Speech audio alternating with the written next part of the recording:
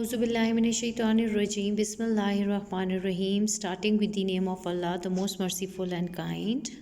Assalamu alaikum, dear students. I welcome you all in the online classes, and I am your teacher Sabina Nazakat, and I hope you all are fine and good at your home. Class 9, before we start our topic, let us discuss some important things that are related to your topic. As you all knows that what is transport, so how you define a transport? Yes, you will define the transport as the movement of material into and out of the cell or the body of living organism is called transport. And what are the different types of transport? We have two different types of transport. One is the active transport and second is the passive transport. And what is difference between active and passive transport? That the molecules are move along the against the concentration gradient, so that's why we do our work on the expense of energy. But what happened in the passive transport, the molecules are move along the concentration gradient, so that's why we do not need any type of energy. So what are the types of passive transport? Diffusion and osmosis are the types of passive transport, because the molecules of gases and water move along the concentration gradient from the higher concentration to lower, and there is no need of any type of energy. And how the transport take place in the body of plant? With the help of a special system which we call vascular system. And vascular system consists of how many parts? It consists of two parts, xylem and phloem. What xylem help in the conduction of water and salt, and phloem help in the conduction of food. And water is moved through xylem and roots absorb water through the process of osmosis, while the salt moves through the active transport and water lost through the process which we call transpiration, as you studied in the previous class. But now we studied in detail about all three processes. So dear students, we continue this topic, that is transport in plant. As in our previous class we studied about the parts of the root that is involved in the transport of water in the plants. So today we discuss that how the water and salt are transported, which type of phenomena they follow for the transport. So students, हमने पिछली जो हमारी class थी उसमें हम लोगों ने ये देखा कि ट्रांसपोर्ट के अंदर रूट के कौन कौन से हिस्से शामिल होते हैं जहाँ से वाटर और सॉल्ट्स मूव करते हैं, और हमें पता है कि उन पार्ट्स के अंदर ही ट्रांसपोर्ट होती है. लेकिन अब हमारे माइंड में ये क्वेश्चन है कि वाकई में वाटर तो मूव करता है रूट के अंदर, सॉल्ट्स भी मूव करते हैं, तो हमारे पास वो प्रोसेस कौन सा फॉलो करते हैं? तो आज हम उसी को डिटेल में पढ़ेंगे. कल तो हमने ये देखा था कि पाथ कौन सा फॉलो करते हैं ट्रांसपोर्ट के लिए, लेकिन आज हम ये देखेंगे कि एक्चुअली ट्रांसपोर्ट होती कैसे है, चाहे वो सॉल्ट की ट्रांसपोर्ट है चाहे वो वाटर की ट्रांसपोर्ट है. So first of all student, हम ये देखते हैं कि सॉल्ट्स जो है वो कैसे लेता है, जो प्लांट है हमारे पास सॉइल से वो सॉल्ट कैसे लेता है. अब डियर स्टूडेंट्स, आपको पता है कि रूट्स के ऊपर छोटे छोटे हेयर्स होते हैं जिसको हम कहते हैं रूट हेयर, और रूट हेयर्स जो होते हैं वो कहाँ पे प्रेजेंट होते हैं? रूट्स पे प्रेजेंट होते हैं. और ये किस लिए होते हैं? ताकि ज़्यादा से ज़्यादा पानी को जज्ब करें, क्योंकि खाली रूट जितना पानी जज्ब करती है, जब रूट हेयर्स होते हैं उसकी वजह से एडिशनल जो है वो पानी पौधा जो है वो जज्ब करने के काबिल होता है. ठीक है. अब जो रूट्स हैं, रूट्स के अंदर ऑलरेडी साल्ट्स या नमकियात ज़्यादा होते हैं बाहर के मुकाबले में, सराउंडिंग या सॉइल के मुकाबले में रूट हेयर के अंदर सॉल्ट्स की कंसंट्रेशन ज़्यादा होती है. लेकिन फिर भी रूट्स को और मज़ीद सॉल्ट्स चाहिए होते हैं. देखें, जब भी चीज़ें जो हैं, जहाँ पे देखें मैंने आपको एग्जांपल दी थी कि एक कमरा भरा हुआ है, एक कमरा खाली है, तो कहाँ पे लोगों को आसानी से जगह मिलेगी? खाली कमरे में या फिर उस कमरे में जहाँ पे बहुत ज़्यादा लोग हैं? तो योर आंसर, आपका आंसर ये है कि उस जगह पे लोगों को जगह मिलेगी जो कमरा खाली है. ठीक है. और सारे के सारे लोग जो हैं वो भरे हुए कमरे से खाली कमरे की तरफ मूव करेंगे. लेकिन एक कमरा ऑलरेडी भरा हुआ है, उसके अंदर अगर आप और लोगों को एडजस्ट करने की कोशिश करेंगे तो फिर उन्हें बहुत एनर्जी लगानी पड़ेगी, क्योंकि आप अगेंस्ट द कंसंट्रेशन ग्रेडियंट काम कर रहे हैं. तो देखें, अब हमारे पास जो रूट है उसकी रूट हेयर्स की भी एग्जांपल ये लेते हैं उसके अंदर ऑलरेडी सॉल्ट की कंसंट्रेशन ज़्यादा है, लेकिन हमारे पास रूट को और भी सॉल्ट की ज़रूरत है, हालांकि ऑलरेडी वो भरा हुआ है सॉल्ट से, यानी कि उसके अंदर सॉल्ट मौजूद है, भरा हुआ नहीं, मतलब उधर कंसंट्रेशन सॉल्ट की अच्छी है, लेकिन मज़ीद सॉल्ट जो है वो उसको चाहिए। जैसे कि हमारी बॉडी के अंदर ऑलरेडी फूड है, लेकिन हमें समटाइम्स ज़्यादा नीड होती है फूड की, कि हमें और भी खाना है, ठीक है, हमें और भी फूड लेना है। इसी तरीके से रूट हेयर्स को जो है मज़ीद सॉल्ट की ज़रूरत होती है। तो अब ये काम जो होता है वो कंसंट्रेशन ग्रेडियंट के अगेंस्ट हो रहा है, तो इसके लिए फिर हमें ऑब्वियसली क्या चाहिए होगी, एनर्जी चाहिए होगी। और इस तरह की ट्रांसपोर्ट के जिसमें आपको एनर्जी चाहिए हो और काम जो है वो कंसंट्रेशन ग्रेडियंट के खिलाफ हो रहा हो, इस तरह की ट्रांसपोर्ट को क्या कहते हैं, एक्टिव ट्रांसपोर्ट। तो सॉल्ट की जब भी हमारे पास ट्रांसपोर्ट होगी वो एक्टिव ट्रांसपोर्ट होगी। क्यों? क्योंकि यहाँ पे कंसंट्रेशन ग्रेडियंट के अगेंस्ट काम हो रहा है, और दूसरी बात यह है कि हमें एनर्जी की ज़रूरत पड़ रही है। So students, how the transport of salt take place, the transportation of salt take place inside the root hair. So the root hair cells have already high concentration of salts as compared to the surrounding soil water. So the salts are taken by the roots with the help of active transport, that it is the transport against the concentration gradient with the expense of energy. So the already salts are present inside the root, but the root need more salt, so that's why they take salt with the help of which kind of transport, that is the active transport. And what is the active transport? That the molecules are moved against the concentration gradient with the expense of energy. So इसके बाद जो next हमारे पास है वो water की transport है। हम लोगों ने सॉल्ट की ट्रांसपोर्ट तो देख ली कि वो एक्टिव ट्रांसपोर्ट के ज़रिए से होती है, लेकिन अब हम देखते हैं कि वाटर कैसे ट्रांसपोर्ट करता है। अब जो रूट हेयर है, आपने खुद देखा है कि उसके अंदर सॉल्ट की मिकदार तो ज़्यादा हो गई है ऑलरेडी, तो फिर उसके अंदर वाटर की अमाउंट क्या हो जाएगी, कम हो जाएगी, ठीक है, वाटर की अमाउंट क्या हो जाएगी, कम हो जाएगी। तो हमारे पास कंसंट्रेशन जो रूट हेयर के अंदर सॉल्ट की ज़्यादा है, जबकि पानी की कम है। अगर हम सराउंडिंग से उसको कंपेयर करें तो सराउंडिंग में हमारे पास पानी ज़्यादा है, और जबकि रूट हेयर के अंदर पानी कम है। क्यों कम है? क्योंकि उसके अंदर सॉल्ट ज़्यादा है। तो फिर वाटर ऑटोमेटिकली हायर कंसंट्रेशन से लोअर की तरफ मूव करेगा, यानी कि बाहर से सॉइल से मूव कर देगा प्लांट की रूट हेयर्स के अंदर। सो किस प्रोसेस के ज़रिए से? और ये देखें, कंसंट्रेशन ग्रेडियंट के अगेंस्ट तो काम नहीं हो रहा ना, कंसंट्रेशन ग्रेडियंट के अलॉन्ग काम हो रहा है, तो इसलिए हमें किसी भी एनर्जी की ज़रूरत नहीं है। और जब वाटर ट्रांसपोर्ट होगा तो किस प्रोसेस की मदद से होगा? That is osmosis.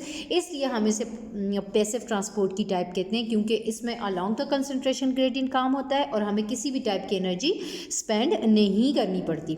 So how the water is transport inside the plant with the help of root hairs, and how the root hairs transport water? The roots hair have more concentration of salt and less concentration of water than the outer surrounding. So the water move inside the root through which process? With the process of osmosis. So what is osmosis? It is the movement of molecule from the higher concentration to the lower concentration, or we can say that along the concentration gradient, and we do not need any type of energy. Why? Because the work is along the concentration gradient from higher concentration to the lower.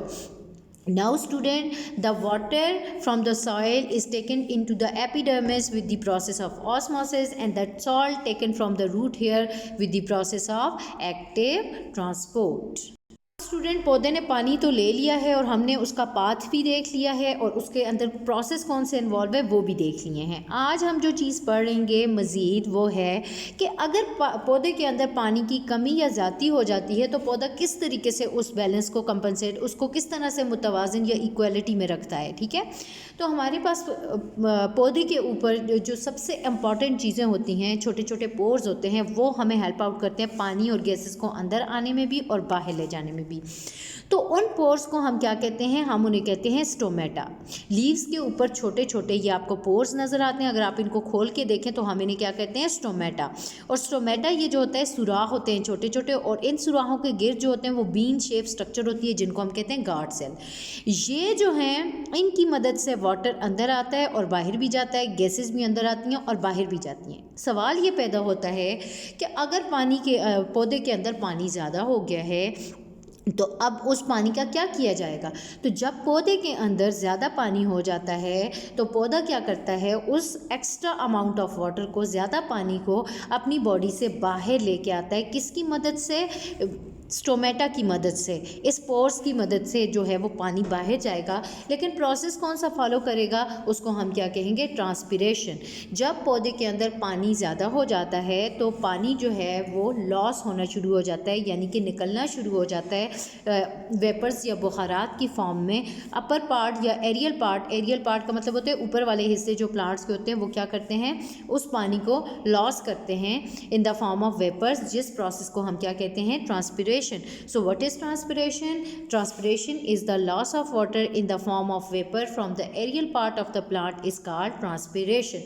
Now which part of the leaf help in the transpiration? अब transpiration में पत्तों का कौन सा हिस्सा जो है वो हेल्प आउट करता है? जो कि अभी मैंने आपको बताया कि पत्ते के ऊपर छोटे छोटे स्पेशल टाइप की ओपनिंग्स होती हैं और वो ज़्यादातर लोअर एपिडर्मिस, नीचे वाले जो एपिडर्मिस हैं उसके ऊपर ये सुराख ज़्यादातर पाए जाते हैं, जो कि क्या करते हैं, जिनको हम कहते हैं स्टोमेटा। और अगर एक की बात करेंगे, ये बहुत सारे पोर्स को हम स्टोमेटा कहते हैं और एक पोर को हम स्टोमा कहते हैं, ठीक है। और ये हेल्प आउट करते हैं किसमें? ट्रांसपिरेशन में। So which part of the plant help out in the transpiration are loss of water, the special openings that are present on the leave, these are called stomata that help in the transpiration of water. And now we see that what is the structure of stomata. अब हम देखते हैं कि stomata की structure कैसे है। तो अगर आप स्टोमेटा को देखते हैं तो स्टोमेटा ये छोटे छोटे सुराख होते हैं लीफ के ऊपर। अगर आप इन्हें खोल के देखें तो इनके बाहर बीन शेप स्ट्रक्चर्स होती हैं जिनको हम कहते हैं गार्ड सेल्स। ये गार्ड सेल्स जो होते हैं इनकी कंडीशन पे जो है वो स्टोमेटा ओपन भी होते हैं और क्लोज भी होते हैं, ठीक है। अब कैसे होंगे ये हम आगे डिटेल में पढ़ेंगे। So student, what is the structure of stomata? That stomata basically are the special type of opening that are present on the plant, and stomata are present in which part of the leaf? Stomata are present in the epidermis. And what is the structure of stomata? That each stomata consists of bean shaped structure which we call guard cells. Now student, we say that कि हमारे पास जो stomata के जो side पे structures होती हैं, stomata तो वो सुराख है, लेकिन उसके इर्द गिर्द जो बीन शेप स्ट्रक्चर होती हैं उनको हम क्या कहते हैं? Guard cells. और ये गार्ड सेल्स के अंदर क्या पाया जाता है? क्लोरोप्लास्ट पाया जाता है, जो कि हेल्प करेगा in the preparation of food, जो कि खुराक बनाने में हेल्प आउट करेंगे। अब हमारे पास जो हम ये देखते हैं कि वाटर वेपर की मूवमेंट कहाँ से, मतलब किस डायरेक्शन में वाटर वेपर मूव करते हैं। तो लीव्स के अंदर पानी प्रेजेंट होता है, किधर प्रेजेंट होता है? जाइलम टिश्यू के अंदर। जाइलम टिश्यू से पानी किधर आता है? मीजोफिल सेल के अंदर। मीजोफिल सेल से पानी किधर आता है? एयर स्पेसेस के अंदर। लीव्स के अंदर एयर स्पेसेस हैं वहाँ, और फिर कहाँ पे मूव करता है? स्टोमेटा के अंदर मूव करता है। स्टूडेंट्स, आप लीव की स्ट्रक्चर देख लें। जब आप लीव का इंटरनल सेक्शन देखते हैं तो लीव की ये ऊपर वाली एपिडर्मिस है, ये लोअर एपिडर्मिस है। लोअर एपिडर्मिस के ऊपर ये आपको छोटे छोटे सुराख या स्टोमेटा नज़र आ रहे हैं, ठीक है। अब स्टोमेटा के साथ ये आपको जो किडनी या बीन शेप स्ट्रक्चर्स हैं उनको हम क्या कहते हैं? गार्ड सेल्स, ठीक है। और सिंगल एक जो सुराख है उसको हम क्या कहते हैं? स्टोमा। अब हमारे पास अगर आप लीव के लेयर्स देखें तो ये अपर एपिडर्मिस है, ये लोअर एपिडर्मिस है। इनके दरमियान में जो सेल्स पाए जाते हैं उनको हम कहते हैं मीजोफिल सेल्स। तो अब वाटर वेपर्स जो हैं वो कहाँ मूव करते हैं? तो ये देखें। नाउ स्टूडेंट्स, आपको पता है कि लीव के मिड में जो है वो वस्कुलर बंडल प्रेजेंट होता है, यानी कि जाइलम और फ्लोएम प्रेजेंट होते हैं। तो पहले जो है वो लीव के जाइलम में वाटर आता है और वहाँ से फिर वाटर किधर चला जाता है? सेल वॉल में। किधर चला जाता है? Cell wall of mesophyll cell. इन मीजोफिल सेल में पानी भरता है, फिर यहाँ से पानी होता हुआ जितनी भी दरमियान में स्पेसेस हैं उनमें भर जाता है एयर स्पेसेस में, और एयर स्पेसेस से फिर ये जो पानी होता है in the form of vapours निकलता है स्टोमेटा के ज़रिए से। So this is the path of water that is move. So from the xylem of the leaf the water is moved into the cell wall of mesophyll cell, and from the mesophyll cell into the air spaces of the leaf, and from air spaces of the leaf move into the stomata, and from the stomata in the form of vapor it is transpired outside, it is in the form of vapors come out into the air. So students, यही चीज़ मैं आपको बता रही थी कि पहले xylem tissue में पानी जाएगा, फिर मीजोफिल सेल्स के सेल वॉल में, फिर खाली जगह या एयर स्पेसेस के अंदर, और फिर वहाँ से जो पानी है वो पत्ते के अंदर, पत्ते की जो छोटे छोटे स्टोमेटा है वहाँ पे आएगा, और फिर इन्वायरमेंट में वेपर्स की फॉर्म में चला जाएगा। So what is the movement of water vapour inside the leaf? First of all water move into the xylem tissue and then into the cell wall of the mesophyll tissue, and then water move into the air spaces of the leaf, and from the air spaces of the leaf water comes out in the environment with the help of stomata. So this is the movement of water vapor. Now students, ये तो हमने देख लिया कि water vapours की movement जो है वो किस तरह से होती है, ठीक है। अब उसके बाद हम ये देखते हैं कि स्टोमेटा जो है वो ट्रांसपिरेशन को किस तरह से कंट्रोल करता है, ठीक है। अब हमने ये तो देख लिया कि हमारे पास स्टोमेटा की वजह से ट्रांसपिरेशन होती है, ठीक है, क्योंकि स्टोमेटा जो है वहाँ से पानी जो है वो बाहर भी जाता है और अंदर भी आता है, ठीक है, और पूरी एनवायरनमेंट में चला जाता है। वो क्यों? जिस वक्त हमारे पास जो ट्रांसपिरेशन है वो डिपेंड करती है स्टोमेटा के ऊपर। अब हम ये देखते हैं कि स्टोमेटा जो है वो किस तरह से डिपेंड करते हैं, स्टोमेटा के ऊपर ट्रांसपिरेशन कैसे डिपेंड करती है, तो उसको हम डिटेल में देखते हैं। So student, the transpiration is depend upon the stomata, that how the transpiration occur through which structure of the leaf? With the help of stomata, and stomata allow the water vapors to transpire into the environment. So which part of the leaf allow water to transpire outside the environment? The stomata of the leaves allow the water vapors to transpire outside the environment, and the transpiration depend upon the special kind of pressure which we call Turger pressure. अब Turger pressure के ऊपर जो है वो depend करेगा। अब Turger pressure कैसे built up होता है वो भी मैं आपको बताऊंगी, और किस तरह से ट्रांसपिरेशन को स्टोमेटा कंट्रोल करते हैं वो भी बताऊंगी। अब स्टूडेंट्स, क्या होता है कि दिन के वक्त जो होते हैं, दिन के वक्त प्लांट जो है वो अपना फूड प्रिपेयर करता है with the process of photosynthesis. तो गार्ड सेल्स के अंदर फोटोसिंथेसिस होती है, जैसा कि मैंने बताया, क्योंकि गार्ड सेल्स के अंदर क्या पाया जाता है? क्लोरोप्लास्ट। अब जैसे ही प्लांट अपना फूड प्रिपेयर करता है तो स्टोमेटा के अंदर जो है वो प्रिपेयर फूड, जो कि हमारे पास ग्लूकोज है जिसको हम सोल्यूट कहते हैं, उसकी अमाउंट ज़्यादा हो जाएगी, जबकि सॉल्वेंट यानी कि वाटर की जो अमाउंट है वो क्या हो जाएगी? कम हो जाएगी। तो ऑटोमेटिकली मैंने आपको क्या कहा था, कंसंट्रेशन ग्रेडियंट के अकॉर्डिंग जब काम होता है तो उसके लिए एनर्जी की ज़रूरत नहीं होती। तो अमाउंट जैसे ही पानी की स्टोमेटा के अंदर कम हो जाएगी तो क्या हो जाएगा? बाहर से पानी जो है वो अंदर आना शुरू हो जाएगा। क्यों? क्योंकि अंदर साल्ट ज़्यादा है और वाटर कम है, और बाहर वाटर ज़्यादा है। तो जहाँ से ज़्यादा से चीज़ जो है वो कम की तरफ आती है तो बाहर से वाटर जो है वो अंदर मूव करेगा। जैसे ही पानी बाहर से अंदर स्टोमेटा के अंदर मूव करेगा तो स्टोमेटा की वॉल के ऊपर प्रेशर क्रिएट होगा, जिसको हम कहेंगे टगर प्रेशर, और जो हमारे पास सेल है वो क्या हो जाएगा? टर्जेट हो जाएगा या फूल जाएगा, क्योंकि उसके अंदर बहुत सारा पानी भर जाएगा। और फिर हमारे पास क्या होगा कि स्टोमेटा ओपन होना शुरू हो जाएंगे, उनके दरमियान छोटी सा खला बनेगा जिसको हम कहेंगे स्टोमेटा।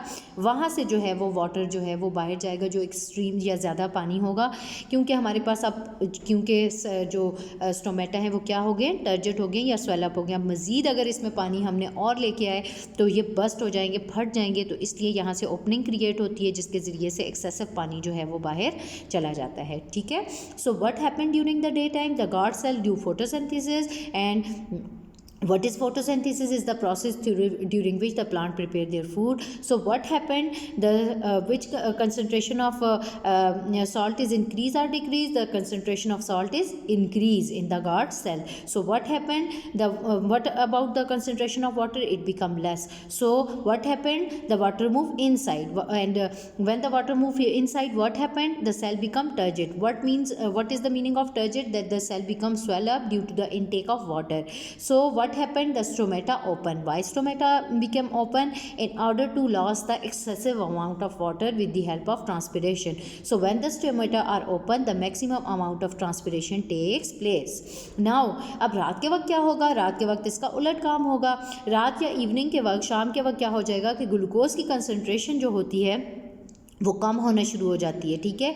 और हमारे पास जो है ऑटोमेटिकली फिर सोल्यूट या ग्लूकोज कम हो गया तो फिर वाटर क्या हो जाएगा, स्टोमेटा के अंदर ज़्यादा हो जाएगा, ठीक है। अब हमारे पास जो है वाटर जो है वो अंदर ज़्यादा है और बाहर वाटर कम है, तो वाटर जो है वो अंदर से किधर मूव करेगा, बाहर मूव करेगा। जैसे ही, क्योंकि अंदर वाटर जो है वो ज़्यादा है और ग्लूकोज कम है, तो अब पानी जो है वो अंदर से बाहर मूव करेगा, बाहर मूव करेगा, टर्गर प्रेशर लॉस हो जाएगा, कम हो जाएगा, जिसकी वजह से जो सेल है या स्टोमेटा है वो क्या हो जाएंगे, फ्लैसिड हो जाएंगे या श्रिंक हो जाएंगे और स्टोमेटा क्लोज हो जाएंगे, ताकि मज़ीद जो है वो पानी इनमें से ना निकले, क्योंकि ऑलरेडी जो है ज़्यादा पानी जो है वो पौधे ने बाहर दे दिया है और पौधा जो है वो क्या हो गया है, फ्लैसिड हो गया है।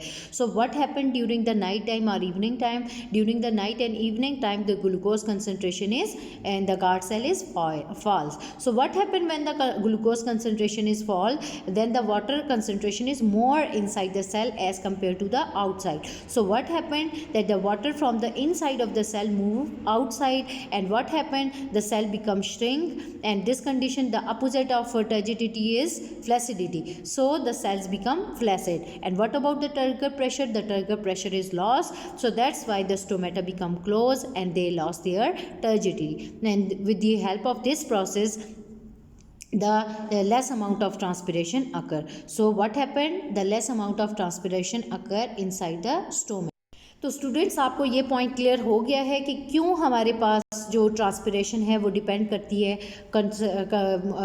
उनको कंट्रोल करता है स्टोमेटा, क्योंकि अगर स्टोमेटा जो है वो ओपन होंगे और क्लोज होंगे तो उसकी वजह से हमारे पास ट्रांसपिरेशन की रेट पे बहुत ज़्यादा फ़र्क पड़ेगा, ठीक है। जब पानी पौधे से अंदर से बहुत ज़्यादा हो जाता है तो वो बाहर आएगा, ट्रांसपिरेशन ऑटोमेटिकली ज़्यादा होगी।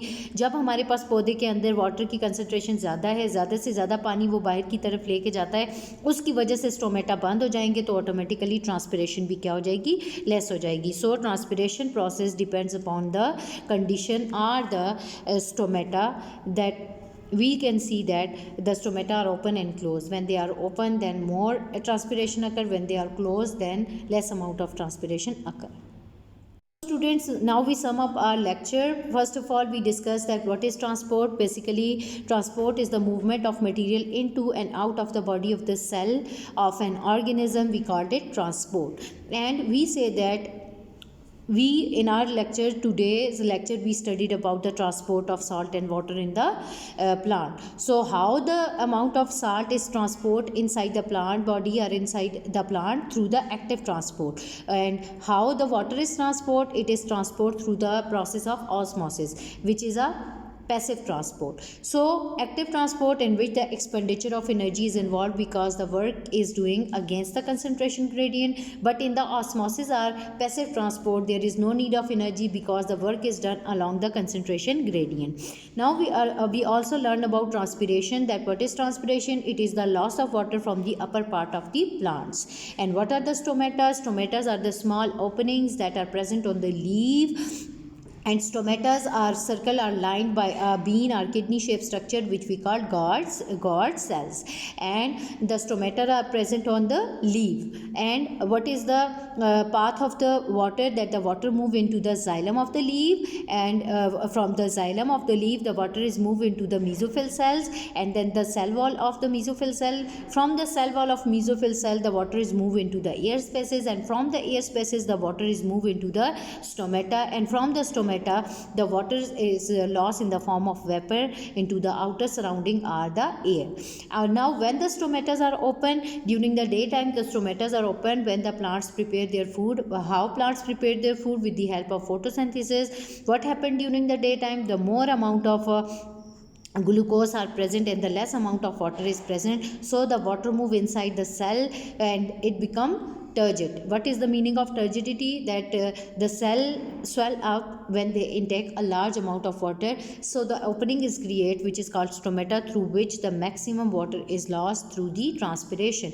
And what happened during the evening time? The stomata become closed. Why? The glucose concentration is less and water is more inside the cell, so the water is moved outside of the cell, so that's why the stomata become shrink and they become closed, and the turgor pressure is lost. So during the light time the transpiration rate is less.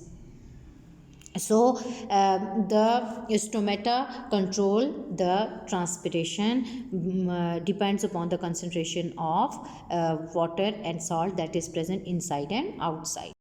Now class 9, this is your homework, that you write the lectures on your sheets, or assignment sheets, neatly and cleanly, and you can also take the guideline from page number 181 and 183 of your book.